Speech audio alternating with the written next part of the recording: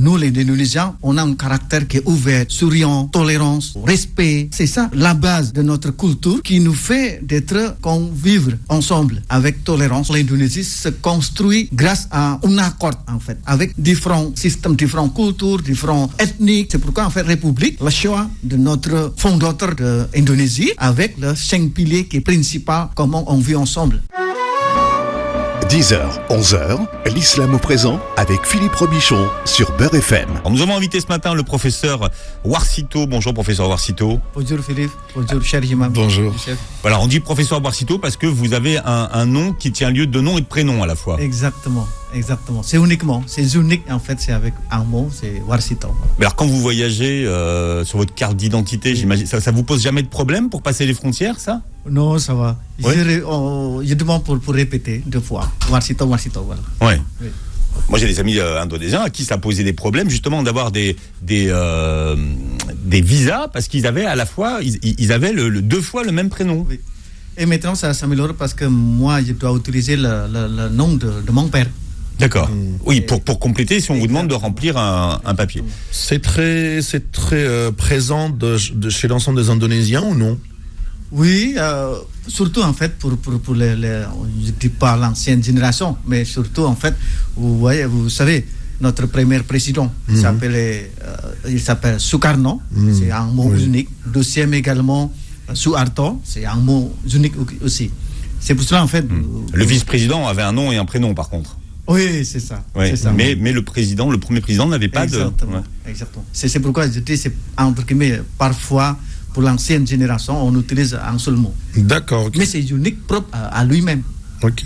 C'est propre. Parce que c'est aussi très présent chez les Vietnamiens et chez les Indiens.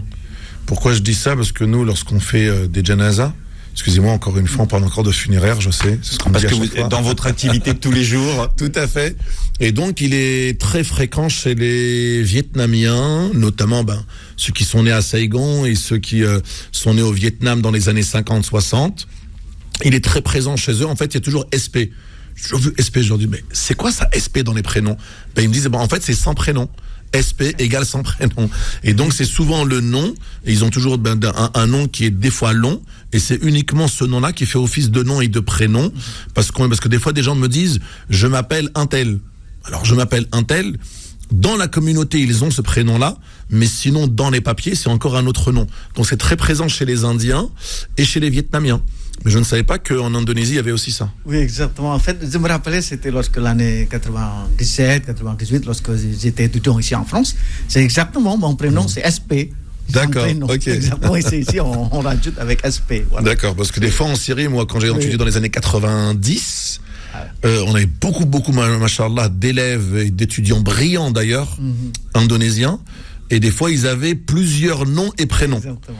Je me rappelle des fois de Mohamed Nour Ali Yaqin. Et donc, ils avaient des fois plusieurs prénoms et plusieurs noms. Nous, comme ce que vous disiez tout à l'heure, en fait, l'Indonésie, le pays, qui le nombre de musulmans sont nombreux. Et maintenant, nouvelle génération, il y a beaucoup qui utilisent le prénom musulman. D'accord. Il y a Mohamed ou Ahmad, etc. Ridwan, etc. Voilà. On peut savoir d'ailleurs en Indonésie, avec votre prénom, de quelle île vous venez d'ailleurs. Exactement. Oui, pour l'ancienne génération. Warsito, c'est javanais. C'est javanais. Voilà, oui. Si derrière, comment notre mot est avec O, c'est d'habitude c'est javanais. D'accord. En majorité, javanais. Ok, je pensais qu'on pouvait distinguer la religion, mais pas forcément la région ou l'endroit de là où on vient. Oui. D'accord, à travers le nom. À travers le nom. Okay. Mais surtout, en fait, c'est pour l'ancienne génération. Je dis aussi pour les générations qui sont nées l'année 2000 maintenant, à partir de 2000, ça disparaît, en fait. Ça disparaît, en fait.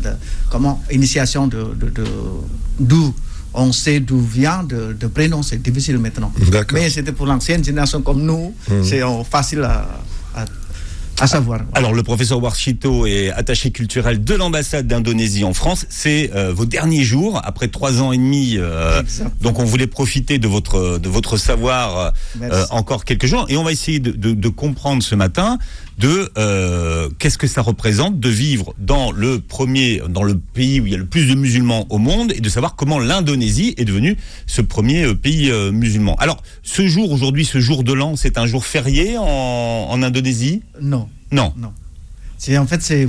C'est ça pour savoir pour tous vous. En fait, l'Indonésie, c'est pourquoi tout à l'heure on discute que l'Indonésie, le pays musulman, mais pourquoi ce n'est pas connu, etc. C'est d'ailleurs, en fait, nous, on n'est pas le pays musulman. En fait, nous, l'Indonésie est le pays république. Et c'est ça exactement comme c'est-à-dire que l'islam ne fait pas partie de la constitution. Si, mais c'est ça, c'est unique de l'Indonésie parce que nous, notre gouvernement est basé sur 5 piliers qu'on appelle Pancasila. 5 piliers de notre gouvernement, notre principe de vie en Indonésie. Et c'est pour ça le premier pilier, c'est croyant en Dieu unique. C'est justement grâce à cette phrase, en fait, religion, ça devient des affaires également pour le gouvernement. D'accord. Il faut croire en un Dieu unique, mais est-ce qu'on a le droit d'être athée ? Est-ce qu'on a le droit de ne pas croire en Dieu ? Voilà. C'est ça la question à ce moment. C'est récent comme débat, ça, en Indonésie. Hein. Et pour l'instant, il y a 6 religions officielles, entre guillemets, c'est-à-dire pour les Indonésiens avec 5 religions. C'est l'islam, hindou, bouddhisme, et puis catholique, protestant. Et confucianisme, puis, non ? Et puis, non, c'est Konghucu. Voilà. C'est religion de chinois. Ah, d'accord, ok. D'accord. Ça, c'est les 6 religions officielles. Exactement. Et alors, et si on est athée, par exemple, est-ce qu'on peut être athée en Indonésie ou pas ? Si. Mais pour l'instant, c'est encore discussion. Parce qu'on doit s'approcher avec dans l'identité de quelle région. C'est-à-dire que quand vous remplissez et que les papiers pour faire votre pièce d'identité, on vous demande Exactement. Quelle est votre religion. Oui, on doit écrire, en fait. On doit écrire. Comme par exemple, si on va faire de passeport ou bien pièce d'identité, c'est toujours, il y a des questions, appeler nom, prénom, date de naissance et puis religion. Voilà, on va essayer de voir ce matin comment l'Indonésie est devenue le pays au monde où il y a le plus de musulmans. C'est la 4e puissance la plus peuplée du monde, l'Indonésie. Ça fait combien d'Indonésiens actuellement ? À peu près, en fait, nous, la population indonésienne, à ce moment-là, c'est 270 millions d'habitants. Et puis avec à peu près 90% ou 87%, ils sont musulmans. Et voilà, c'est à peu près 8 fois 240 millions d'habitants sont musulmans. Pour donner un ordre d'idée, la Malaisie, qui est votre voisin, ça fait combien de musulmans à peu près ? Oui, à peu près Malaisie. Au niveau nombre, moi, c'est pas, mais pourcentage, c'est plus que nous, pourcentage. En pourcentage, mais je veux dire en nombre en millions de gens. Non, je ne peux pas citer. Bon, on va regarder les chiffres. Je sais pas, oui, mais c'est beaucoup moins. Je crois mais c'est beaucoup moins. C'est pour expliquer que dans la région, c'est vraiment le pays qui compte le plus de musulmans. Oui, si on prend Singapour, Malaisie, Thaïlande, etc. Brunei, c'est vraiment tout petit. D'ailleurs, on parle jamais de Brunei. Alors, Brunei, ça se trouve c'est un tout petit pays au milieu de la Malaisie. Tout à fait. Et sur l'île de Bornéo. Exactement. Non, côté relation entre les voisins du pays, en fait, nous, on dit association de ministres des affaires religieuses. Malaisie, Brunei, et puis Singapour, et puis Philippines. On utilise ça justement pour savoir ou pour décider le début du jour de Ramadan. Et nous, on fait la réunion. Il y a une concertation, une coordination ensemble. C'est les pays d'Asie du Sud-Est, en gros. Exactement. Thaïlande, non ? Thaïlande, non. C'est pas dedans. C'est plutôt que région qui est l'Asie. Donc il y a Indonésie, Malaisie, Brunei, Singapour et Philippines. Donc c'est un conseil qui décide des jours de Eid et des jours de Ramadan. Des critères qui sont la même chose, c'est-à-dire qui paraît avec la hauteur de la lune. Afin de jeûner ensemble et de faire le Eid ensemble. Super. Oui. Alors on parlait, puisqu'aujourd'hui c'est le premier jour de l'année hégirienne, de l'année musulmane, donc le calendrier en Indonésie, c'est le même calendrier que nous. Oui, en France. Oui, c'est aujourd'hui en fait. C'est aujourd'hui la nouvelle an de Hijiria en Indonésie. D'accord, mais vous n'avez pas le calendrier hégirien ? Non. Mais il y en a peu qui l'utilisent aujourd'hui. Oui, on utilise également. C'est comment il y en a l'école musulmane islamique. On utilise il y en a calendrier de Hijiria. Mais officiellement, en fait, c'est calendrier de comme ici, comme grégorien, quoi. Voilà, Okay. grégorien. Et les jours chômés dans la semaine? Sommet, c'est dimanche. C'est plus le vendredi? Non, c'est pas vendredi. Sauf, comme ce que je me disais tout à l'heure, il y a une école privée de l'islam, c'est vendredi. Ok. Mais officiel, l'école publique, ou comment, le bureau, gouvernement, ou bien l'entreprise, etc., tout est c'est dimanche. Donc ils travaillent en Indonésie, on travaille du lundi au vendredi. Exactement. Et donc Exactement. week-end, samedi, dimanche. Exactement, c'est Ok. la même chose qu'ici. Donc vendredi, l'Indonésien, s'il veut aller au Jumu'ah, il fait quoi? Il demande autorisation, il peut y aller. Oui, non, officiellement, en fait, il y a un pot. Pour vendredi, c'est unique, c'est à peu près 2 heures. Ok. Et sinon, le reste d'autres jours, c'est uniquement 1 heure, pot de midi. Mais pour vendredi, c'est à partir de 11 heures jusqu'à 1h30. D'accord. À peu Donc près, ils ont le c'est temps ça. d'aller faire Jumu'ah tranquillement et revenir. Exactement. Ok. Comme nous, on est le pays tropique et le calendrier, le moment de prière, c'est toujours la même chose chaque durée Toujours. l'année. C'est pourquoi le temps de repos, la journée de vendredi, c'est 11 heures jusqu'à 1h30 à peu près. Pause double. Voilà. Ce qu'il faut savoir, c'est qu'aujourd'hui, l'Indonésie est le pays numéro 1, c'est la destination halal numéro 1 au monde. Hein. Oui. Alors on parle beaucoup de Bali, mais c'est de loin, vous êtes là le pays qui est le plus visité par les musulmans au monde. Oui, avec surtout notre programme maintenant du ministère des Affaires économique créative de notre gouvernement. Et maintenant, c'est vraiment, on va avancer plus au sujet de touristique halal. C'est comment organiser restaurants, hôtels, etc., etc. Et ça commence maintenant. Ce n'est pas ça commence depuis longtemps, mais renforcer cette voie, c'est à partir de dizaines dernières années. Voilà. D'accord, mais c'est plus des vacances halal ou plus des vacances entre guillemets éthiques? Ça veut dire, c'est pas, est-ce qu'on, lorsque vous dites des vacances halal, c'est uniquement tout ce qui va être consommation et tout ce qui va être nourriture halal, ou c'est vraiment le halal au sens très large? Cela veut dire tout, ça veut dire les piscines halal, les plages halal, tout. Les deux. Okay. C'est à partir, c'est uniquement halal au niveau nourriture, c'est depuis longtemps. Mais maintenant, ça commence, comment organiser, gérer pendant le voyage, comment à l'hôtel, comment piscine, etc.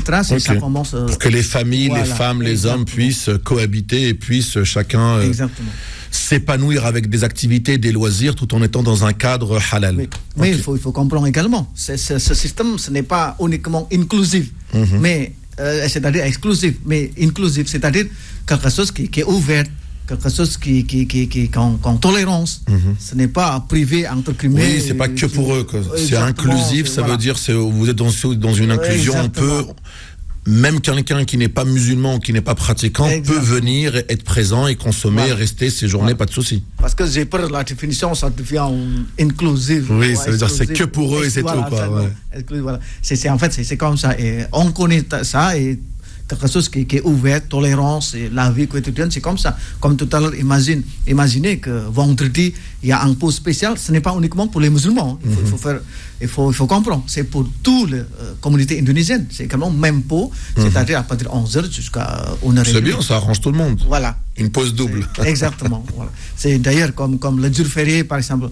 Le jour férié, ce n'est pas uniquement, même la fête d'Eid al-Fitr, par exemple, ce n'est pas destiné uniquement aux musulmans.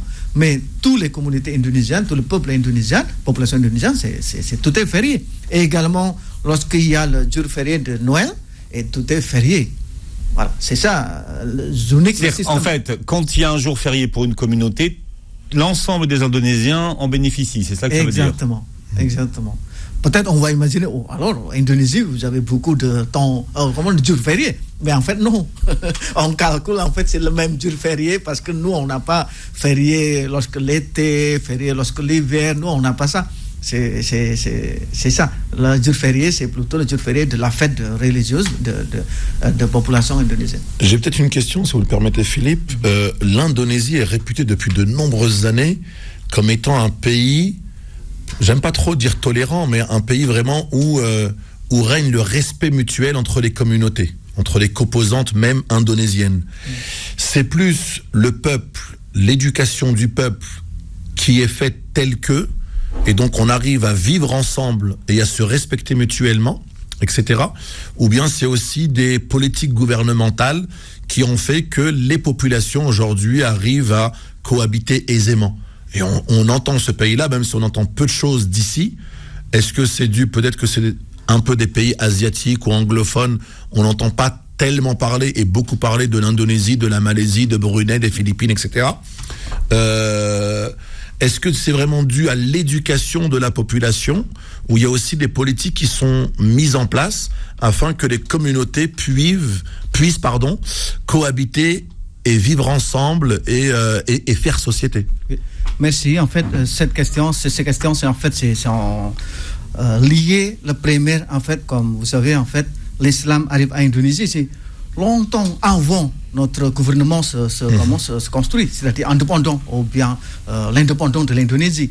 L'islam arrive en Indonésie, c'est longtemps avant. C'est d'ailleurs, j'ai noté, c'est à peu près à 7e siècle, l'islam est déjà arrivé en Indonésie. Et surtout, c'est justement grâce à première, ce que vous avez cité, nous les Indonésiens, on a un caractère qui est ouvert, souriant, tolérance, respect, etc. C'est ça la base de notre culture qui nous fait d'être vivre ensemble. Avec tolérance, on vit ensemble. Et également, lorsque l'Indonésie, c'est-à-dire le gouvernement, l'indépendance de l'Indonésie, et justement l'Indonésie se construit grâce à un accord, en fait. Un paix qu'on appelle un accord. Ce n'est pas paix qui est donné ou bien renforcé directement, mais un accord avec différents systèmes, différentes cultures, différents ethniques, différents... c'est ça. Un pays qui est un accord. C'est pourquoi, en fait, République, le choix de notre...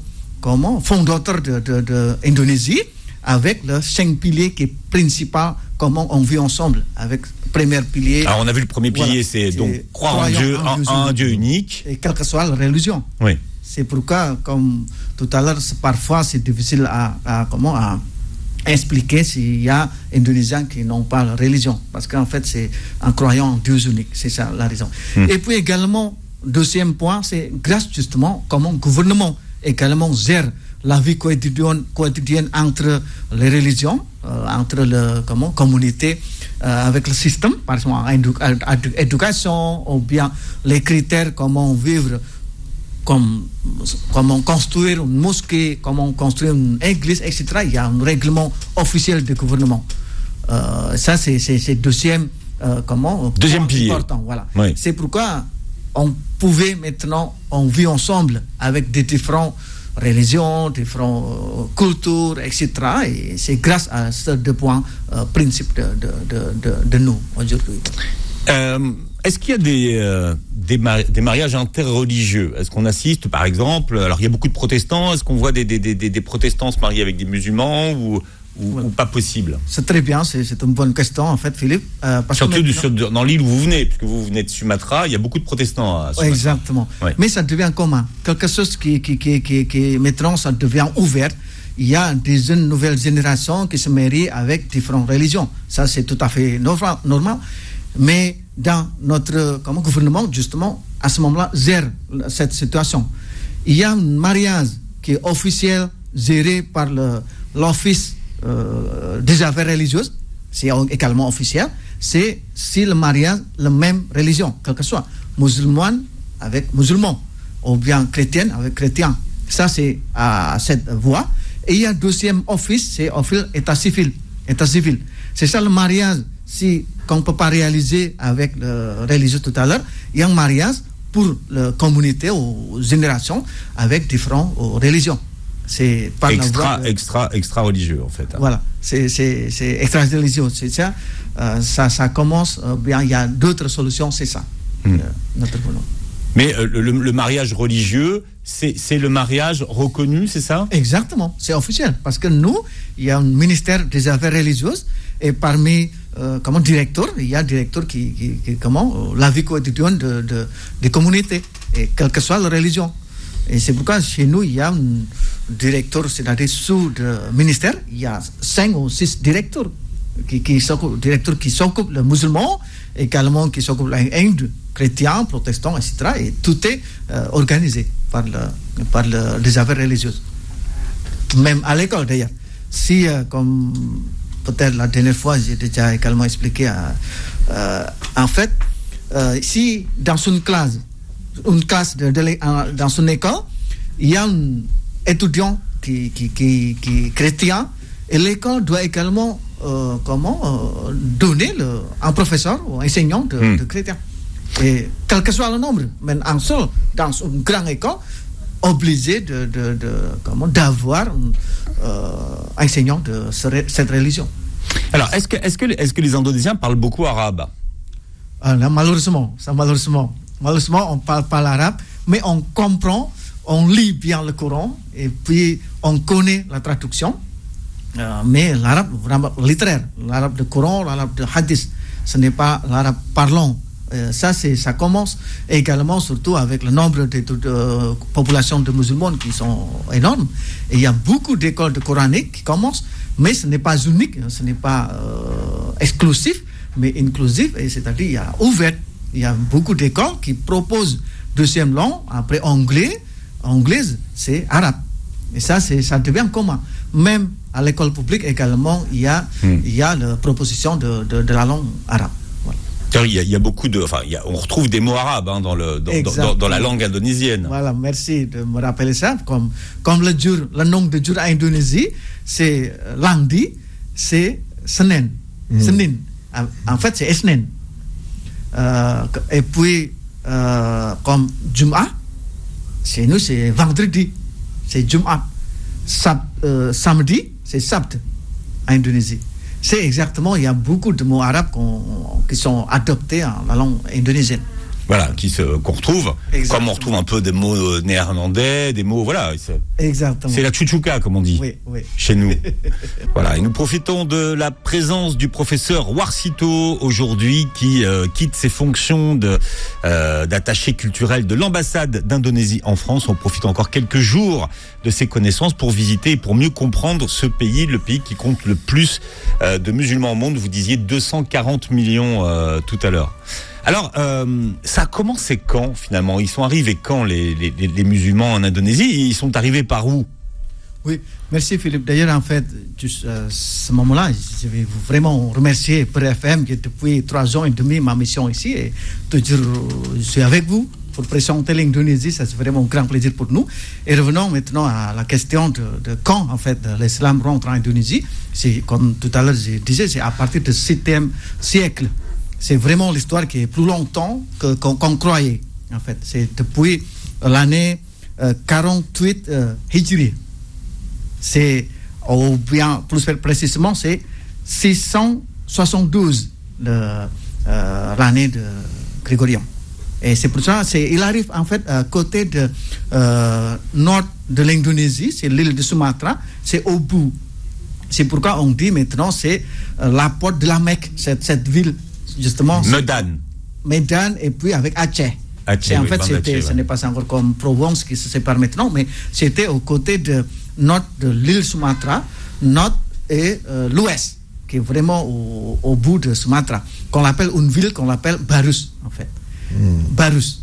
P-A-R-U-S. C'est vraiment connu, en fait, dans le mot arabe. En fait, cette ville, en fait, c'est connu par le parfum. C'est un type de craie ou camphre. Le camphre. Ah oui, de camphre. Oui. Voilà. Exactement, c'est ça. En fait, c'est vient de. Il faut demander à l'imam, professeur. Parce qu'en fait, dans sa profession, on connaît bien le camphre et la naphtaline. C'est grâce à ce produit qui vient de cette ville. Il y a un commerçant arabe qui arrive à cette époque. Ce n'est pas uniquement ce produit, mais il y a d'autres produits qui commencent d'être importés pour ramener en Arabe. Et c'est avant de colonisation, cette histoire. Mais reste à cette ville avec différents, etc.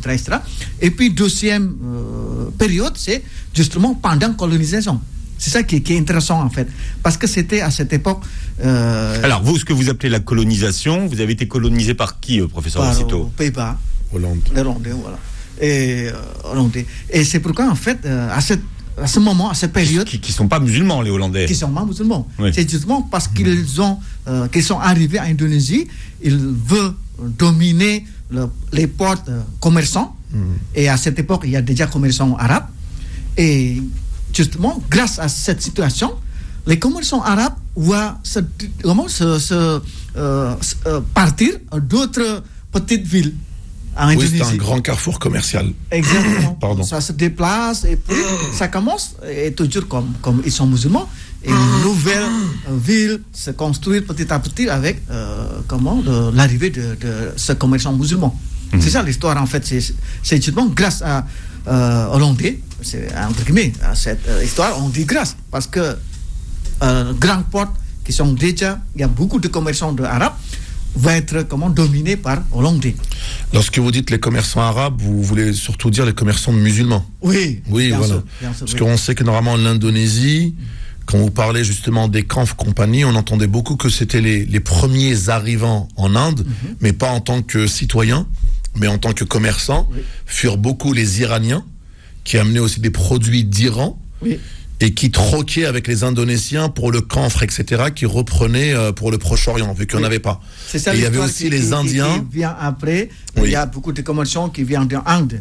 Inde et Iran, c'était Inde et Iran, tout à fait, oui. Qui part en 3e, 4e siècle, 5e exactement, siècle. Exactement. Même si l'islam indonésien est un islam sunnite. Oui, tout à fait, oui. Sunnites, voilà, majorité nous sunnites, qui est ouverte avec différentes visions, parce que ça, justement, tout à l'heure j'ai cité, nous on est avec beaucoup de diversité ethnique, avec 1300 ethniques différents, et ça, on vit avec musulmans qui est ouvert, l'islam qui est moderne, ouvert. C'est beaucoup Islam Shafiri, c'est ça? Islam Shafiri, oui, l'une des écoles de jurisprudence qu'on n'a pas trop en France, excepté chez les Comoriens. Mais voilà, l'Islam Shafirite, donc l'une des 4 écoles de jurisprudence dans l'islam, très présente aussi en Indonésie, en Malaisie, en Thaïlande, etc. Surtout avec l'association, organisation sociale religieuse en Indonésie, qui sont nombreux maintenant, et ça justement c'est dans l'histoire de colonisation, et on a déjà l'organisation sociale de l'islam. C'est Muhammadiyah, l'année Muhammadiyah c'est 1912, et puis avec Nahdlatul Ulama, qui est vraiment une grande association. Qui est la plus grande association musulmane mondiale. Voilà, on peut dire comme ça. Et ce n'est pas uniquement avec le nombre, mais la richesse aussi, parce que cette association... Ils ont du patrimoine. Hein. Exactement. Ouais. Moi, j'ai une question par rapport à ça, cher professeur. Les étudiants que l'on voit beaucoup, et qu'on voit beaucoup depuis les années 90-2000, venir aussi, on les voit venir dans des pays musulmans type Syrie, Jordanie, Maroc, mais notamment Maroc, c'est très récent, mais c'est surtout à l'époque beaucoup en Syrie. Moi, je les ai côtoyés pendant des années, et puis c'était vraiment des centaines, voire des milliers d'Indonésiens qui venaient tous les ans dans les instituts islamiques en Indonésie, notamment à Al-Azhar en Égypte, notamment aussi en Jordanie. Tous ces étudiants aujourd'hui, est-ce que c'est une décision individuelle ou une décision familiale de cotiser et de les envoyer pour étudier la charia, etc., et les hautes études islamiques, ou c'est aussi Nadwatul Ulama ou des politiques gouvernementales qui veulent aussi former des étudiants en sciences islamiques? Oui. En fait, les deux sont notre voie de choisir faire les études à l'étranger. Et maintenant, ça commence en mode, en fait. On fait les études aux étrangers, surtout au sujet de religion, hors de religion. Il y en a qui sont financés par la famille, par leur famille propre. C'est à partir de l'année, justement, grâce à notre économie gouvernement qui s'améliore. Jusqu'à présent, nous, on est membre de G20, G20, et justement, notre économie, et ça commence à améliorer bien. Et il y a la plupart des familles qui sont riches, on peut dire comme ça, envoient leurs enfants pour faire les études aux étrangers, quel que soit, c'est-à-dire au sujet de religion, surtout à cette époque, parce que on est musulmans, la majorité sont musulmans, mais parfois, on voudrait savoir d'origine, comment en fait religieuse. Mais dès le retour, ils vont avoir une vision ouverte, parce que ça se rencontre avec notre culture, notre vie quotidienne, et ça devient une religion qui est ouverte, moderne, et puis tolérance, et juste au milieu, voilà, qui est important, parce que l'islam c'est ça. L'islam, ce n'est pas une religion qui est stricte et puis s'arrête, mais ouverte et juste au milieu. C'est la religion du juste milieu. Voilà. On n'entend pas de problème aussi en Indonésie. On n'entend jamais parler de l'Indonésie. Il n'y a pas de problème entre communautés, entre gens. Disons qu'on est loin. On est loin de l'Indonésie aussi. Ouais. C'est des sujets qu'on n'aborde pas beaucoup en France. Ok. Ouais. En général, non. En majorité, je dis en majorité. S'il y a un problème, c'est un problème personnel.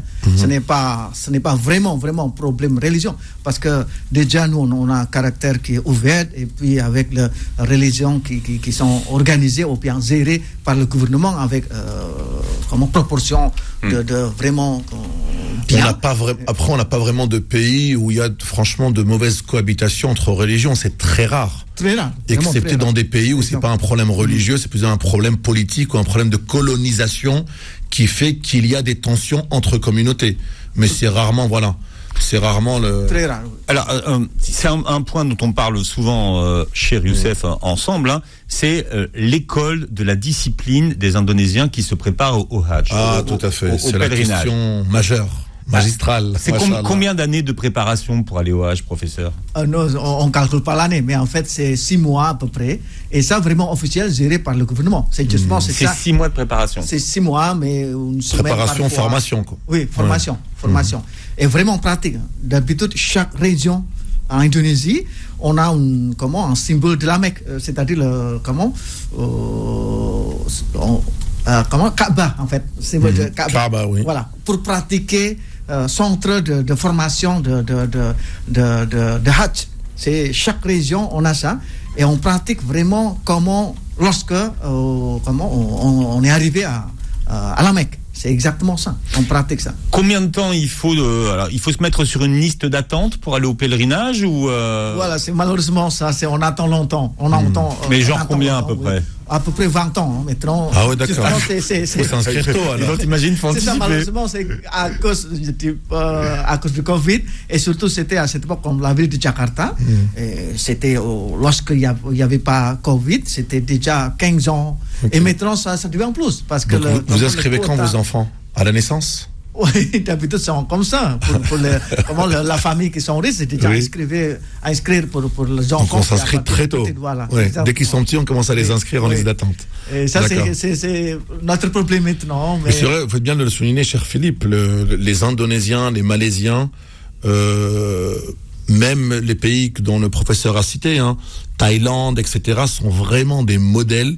Nous, on voit les pèlerins au quotidien, pas au quotidien, mais annuellement, lorsqu'ils rentrent du Hajj, du pèlerinage, ne citent que les bienfaits et que cette image très positive qu'ils ont gardée des pèlerins indonésiens, malaisiens, en disant discipline, respect, formation, organisation, distinction. Ils sont même distingués au niveau de ce qu'ils portent, afin d'être bien coordination, synchronisation, organisation, bouddhisme. Mais les Indonésiens, les Malaisiens, c'est la crème de la crème, quoi, machallah. Merci, oui. C'est grâce, en fait, c'est formation.